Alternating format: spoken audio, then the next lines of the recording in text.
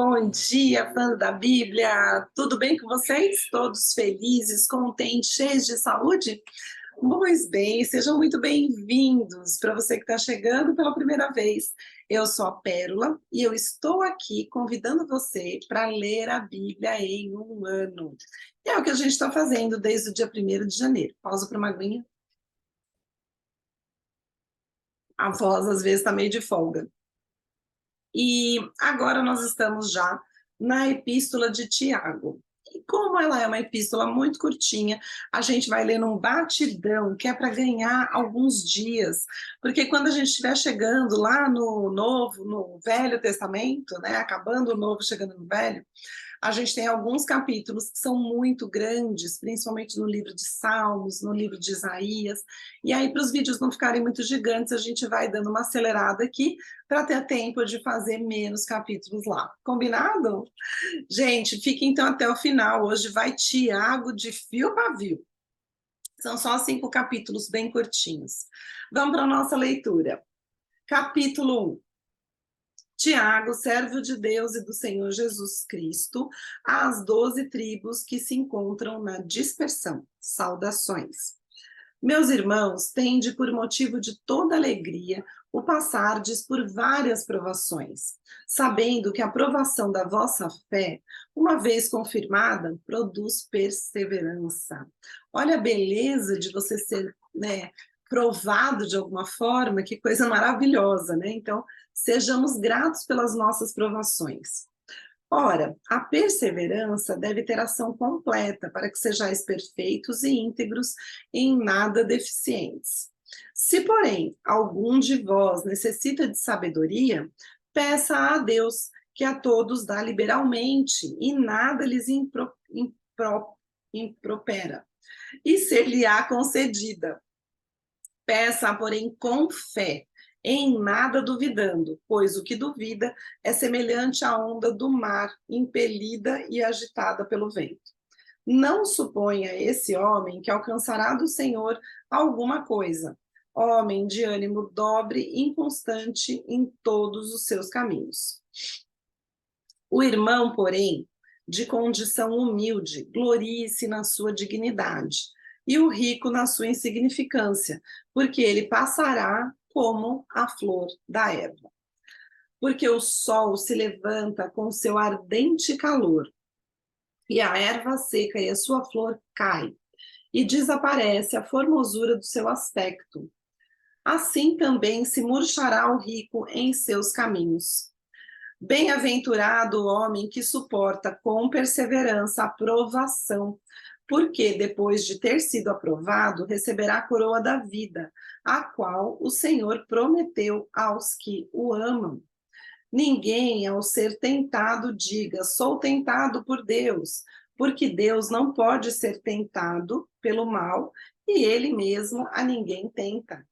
Ao contrário, cada um é tentado pela sua própria cobiça, quando esta o atrai e seduz.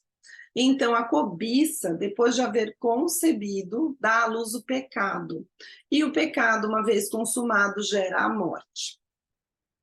Não vos enganeis, meus amados irmãos. Toda boa dádiva e todo dom perfeito são lá do alto, descendo do Pai das luzes, em quem não pode existir variação ou sombra de mudança.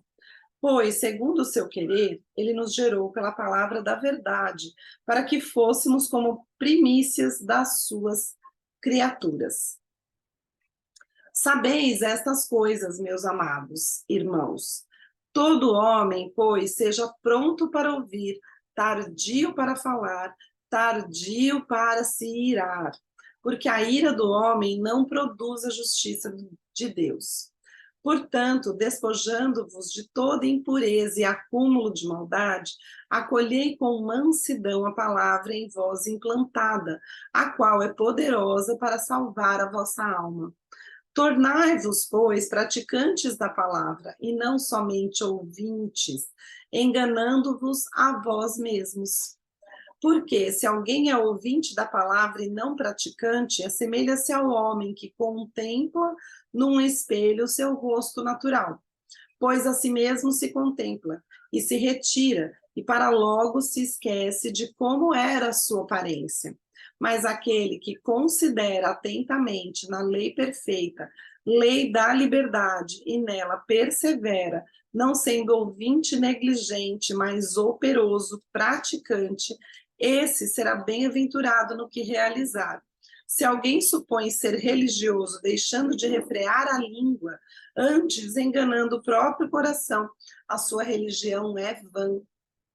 A religião pura e sem mácula para com o nosso Deus e Pai é esta: visitar os órfãos e as viúvas nas suas tribulações e a si mesmo guardar incontaminado do mundo. Capítulo 2. Meus irmãos, não tenhais a fé em nosso Senhor Jesus Cristo, Senhor da glória, em acepção de pessoas. Se, portanto, entrar na vossa sinagoga algum homem com anéis de ouro nos dedos, em trajos de luxo, e entrar também algum pobre, andrajoso, e tratardes com deferência o que tem os trajos de luxo, e lhe disserdes, tu, assenta-te aqui em lugar de honra, e disserdes ao pobre, tu, fica ali em pé, ou assenta-te aqui embaixo do estrado dos meus pés, não fizestes distinção entre vós mesmos e não vos tornastes juízes tomados de perversos pensamentos? Ouvi, meus amados irmãos, não escolheu Deus os que para o mundo são pobres, para serem ricos em fé e herdeiros do reino que ele prometeu aos que o amam? Entretanto, vós outros menosprezastes o pobre. Não são os ricos que vos oprimem e não são eles que vos arrastam para tribunais? Não são eles os que blasfemam o bom nome que sobre vós foi invocado? Se vós, contudo, observais a lei régia, segundo a Escritura, amarás o teu próximo como a ti mesmo, fazeis bem. Se, todavia, fazeis acepção de pessoas, cometeis pecado, sendo arguidos pela lei como transgressores. Pois qualquer um que guarda toda a lei, mas tropeça em um só ponto, se torna culpado de todos. Porquanto aquele que disse, não adulterarás, também ordenou, não matarás. Ora, se não adulteras, porém matas, vens a ser transgressor da lei. Falai de tal maneira e de tal maneira procedei como aqueles que hão de ser julgados pela lei da liberdade. Porque o juízo é sem misericórdia, para com aquele que não usou de misericórdia. A misericórdia triunfa sobre o juízo. Meus irmãos, qual é o proveito se alguém disser que tem fé, mas não tiver obras? Pode, acaso, semelhante fé salvá-lo? Se um irmão ou uma irmã estiverem carecidos de roupa e necessitados de alimento cotidiano, e qualquer dentre vós lhes disser, ide em paz, aquecei-vos e fartai-vos, sem, contudo, lhes dar o necessário para o corpo, qual é o proveito disso? Assim também a fé, se não tiver obras, por si só está morta. Mas alguém dirá, tu tens fé, e eu tenho obras. Mostra-me essa tua fé sem as obras, e eu, com as obras, te mostrarei a minha fé. Crês tu que Deus é um só? Fazes bem. Até os demônios creem e tremem. Queres, pois, ficar certo, ó homem insensato, de que a fé sem as obras é inoperante? Não foi por obras que Abraão, nosso pai, foi justificado, quando ofereceu sobre o altar o próprio filho Isaque? Fez como a fé operava, juntamente com as suas obras. Com efeito, foi pelas obras que a fé se consumou. E se cumpriu as Escrituras, a qual diz: ora, Abrão creu em Deus, e isso lhe foi imputado pela justiça, e foi chamado amigo de Deus. Verificais que uma pessoa é justificada por obras, e não por fé somente.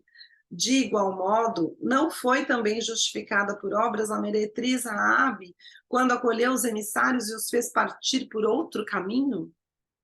Porque assim como o corpo sem espírito é morto, também a fé sem obras é morta. Perdão, gente. Capítulo 3. Meus irmãos, não vos torneis muitos de vós mestres, sabendo que havemos de receber maior juízo, porque todos tropeçamos em muitas coisas. Se alguém não tropeça no falar, é perfeito varão, capaz de refrear também todo o corpo. Ora, se pomos freio na boca dos cavalos para nos obedecerem, também lhes dirigimos o corpo inteiro. Observai igualmente os navios que, sendo tão grandes e batidos de rijos ventos, por um pequeníssimo leme, são dirigidos para onde queira o impulso do timoneiro. Assim também a língua, pequeno órgão, se gaba de grandes coisas. Vede como uma fagulha põe em brasas tão grande selva.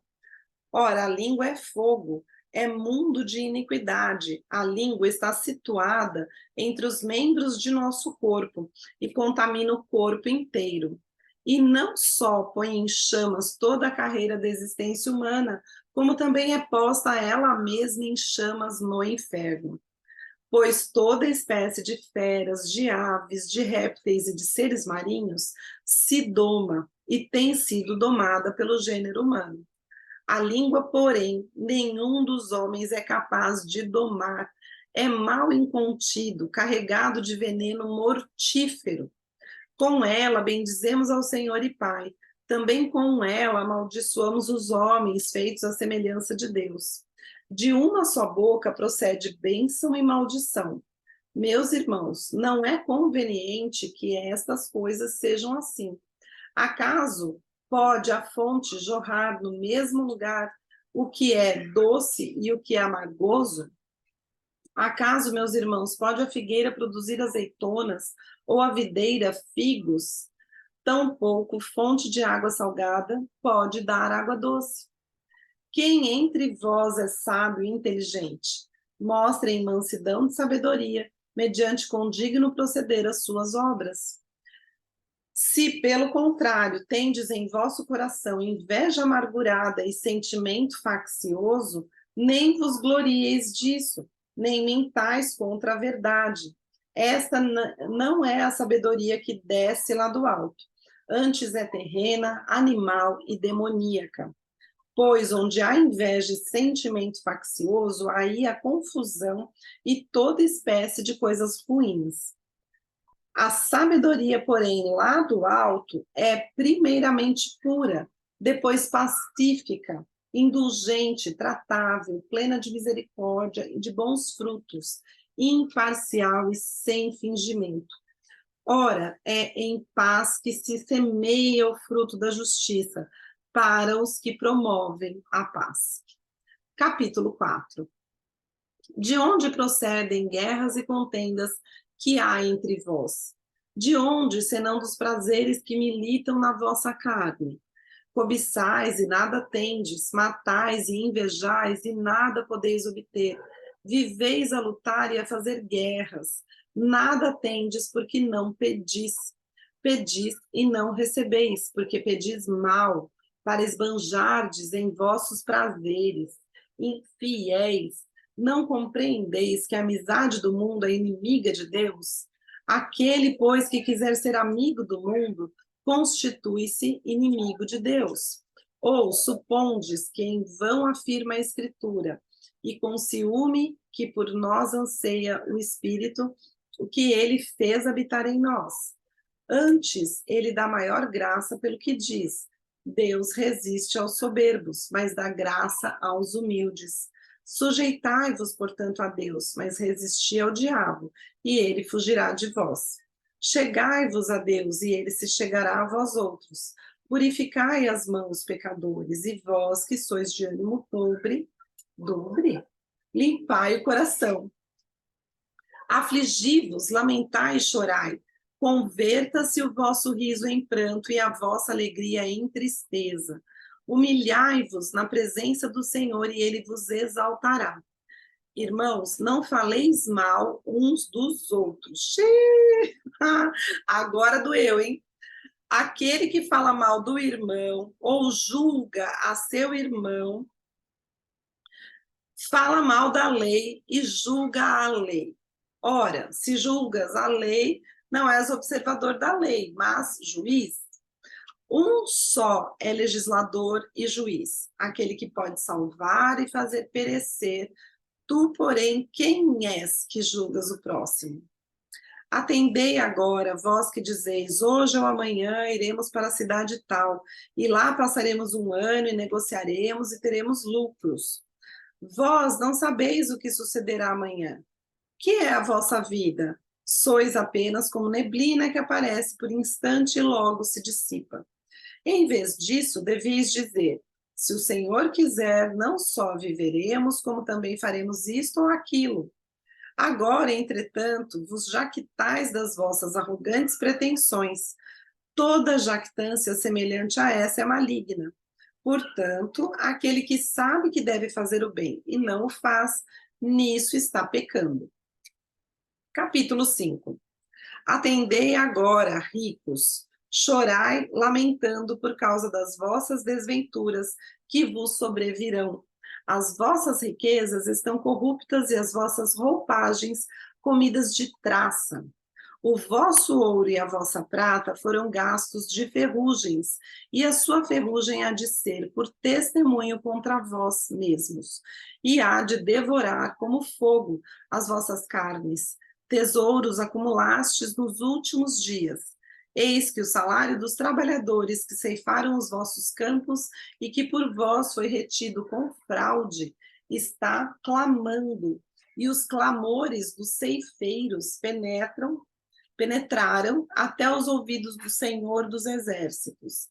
Tendes vivido regaladamente sobre a terra, tendes vivido nos prazeres, tendes vivido engordado o vosso coração em dia de matança.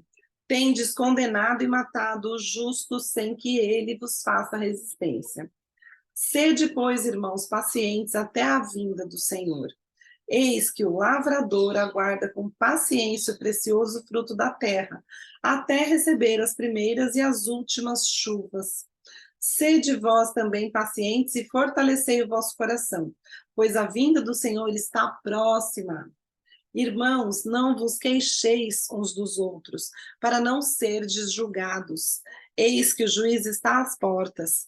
Irmãos, tomai por modelo no sofrimento e na paciência os profetas, os quais falaram em nome do Senhor.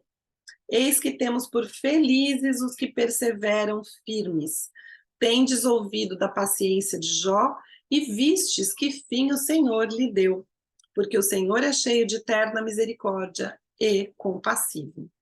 Acima de tudo, porém, meus irmãos, não jureis nem pelo céu, nem pela terra, nem por qualquer outro voto.